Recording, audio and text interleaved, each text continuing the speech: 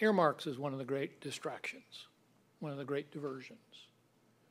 It's no amount of money at all, but it is tremendously important constitutionally and culturally. Constitutionally, the bedrock position of the Founding Fathers was the separation of powers. And they gave the Congress the power of the purse, thinking the Congress would be the dominant of the three branches. They gave the president the power of the sword. In case we went to war, we would have one leader. And they gave the judiciary life tenure so the other two branches couldn't mess with them. And increasingly, we have seen the Congress get weakened as the power of the purse runs down Pennsylvania Avenue and ends up at the White House.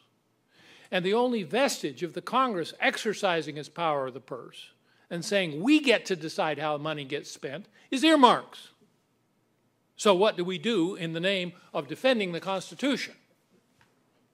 We say we'll let the president decide how everything gets spent. There should be more earmarks, not less. Sorry, Wall Street Journal. You track the expenditures of government by the number of earmarks. You track the irresponsibility of government by the number of earmarks. Look, in this year we just had this many, and now we've got this many. So naturally, we're spending out of control.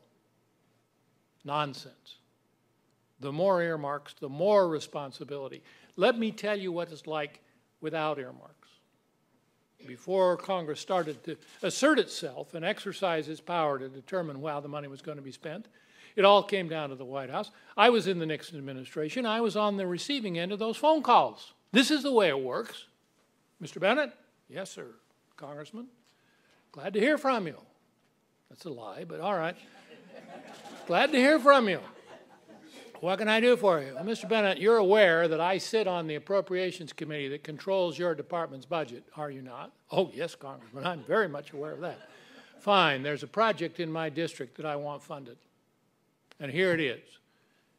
And if it's not funded, the next time Secretary Volpe comes before my committee, he's going to have a very hard time.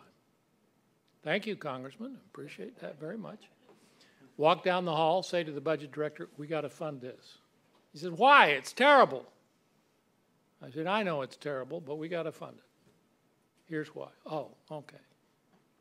With an earmark, that congressman has to put his name on it, has to put it in the paper, has to defend it.